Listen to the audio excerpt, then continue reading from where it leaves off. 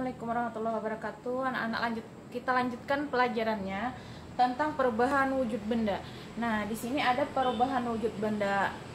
Yang pertama dari cair menjadi padat. Nah, kalian pernah membuat es batu?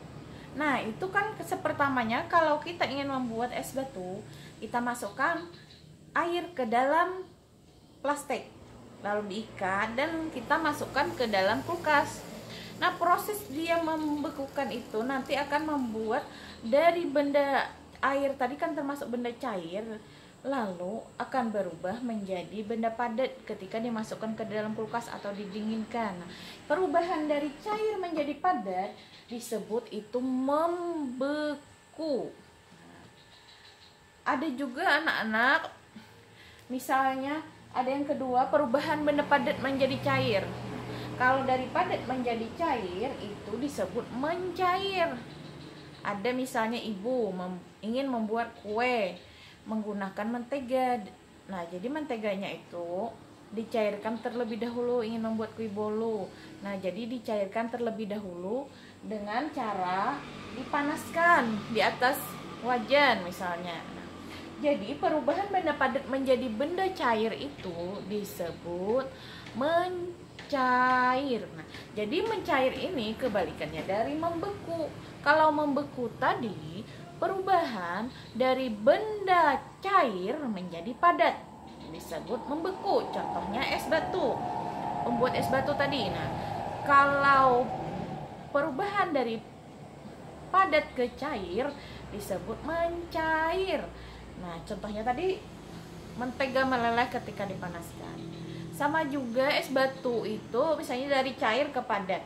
Tapi es batu tadi bisa meleleh. Nah, jadi perubahan dari es batu kalau dikeluarkan sudah dari kulkas, kita hendak minum, kemudian dia meleleh. Nah, itu dinamakan mencair. Tapi kalau dia dari air dibentuk es, itu disebut membeku. Nah, paham anak-anak? Sekali lagi ya. Kalau dari cair berubah menjadi padat disebut membeku. Contohnya es batu. Kemudian dari padat ke cair berubah dari benda padat menjadi benda cair, berarti dia disebut mencair. Nah, itu contohnya mentega yang dipanaskan. Ada lagi anak-anak yang ketiga perubahan namanya menguap. Nah, ibu tuliskan dulu ya anak-anak.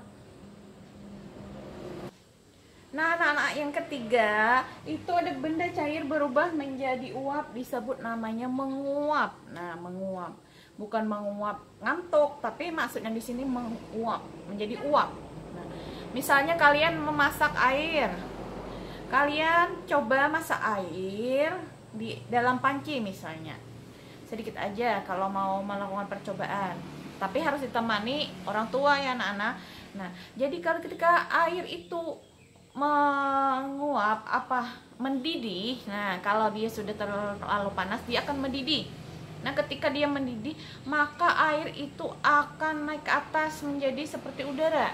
Kita dapat merasakannya kalau kita letakkan tangan di atas itu terasa panas dan akan sedikit basah. Nah, itu adalah air yang menguap karena kepanasan. Nah, kalau dia sudah sampai mendidih, dia akan menguap menjadi udara. Nah, menjadi uap air ke atas, nah mengikuti udara. Jadi, benda cair berubah menjadi uap itu dinamakan atau disebut menguap. Contohnya tadi air yang dimasak akan menjadi uap kalau dia sudah mendidih ya anak-anak. Nah, anak-anak ada lagi yang namanya mengembun. Nah, mengembun itu adalah perubahan dari bentuk benda gas atau gas itu udara anak-anak menjadi cair. Misalnya di pagi hari, ketika kalian di pagi hari menyentuh dedaunan, nah ada sedikit basah di atas permukaan dedaunan. Nah, itu dinamakan menguap. Mengembun, artinya dari gas menjadi embun atau menjadi cair. Nah, jadi dinamakan mengembun. Jadi mengembun itu kebalikan daripada menguap. Kalau menguap tadi cair menjadi gas, kalau yang mengembun gas menjadi cair. Seperti kalian minum es, ketika minum air es di samping cangkir ini akan ada basah.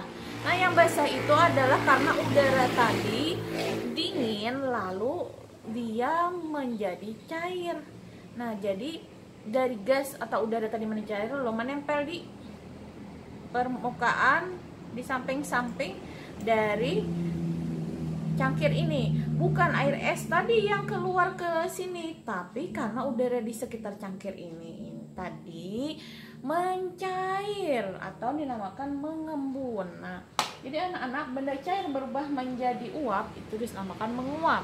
Tapi bila benda cair menjadi uap atau gas, nah gas ini ibu ketinggalan, atau gas sini disebut menguap. Tapi kalau dari benda gas menjadi cair dinamakan mengembun. Contohnya embun di pagi hari atau embun-embun ketika kita minum es. Nah, di yang menempel di samping-samping di dinding-dinding cangkir di luarnya ini. Nah, demikian anak-anak pelajaran kita tentang benda-benda. Wujud benda ada padat, ada cair, ada gas. Nah, gas itu contohnya kayak udara, seperti udara. Nah, udara itu gas. Tidak terlihat tapi dapat kita rasakan, terasa sejuk. Nah, jadi benda padat dapat dilihat, benda cair dapat dilihat, tapi benda gas tidak dapat dilihat, tapi cuma bisa kita rasakan. Kalau tidak melihat benda gas, kecuali dia sudah menjadi cair tadi, dari gas menjadi cair, lalu terlihat cairannya baru bisa terlihat. Nah, demikian anak-anak, semoga bermanfaat. Assalamualaikum warahmatullahi wabarakatuh.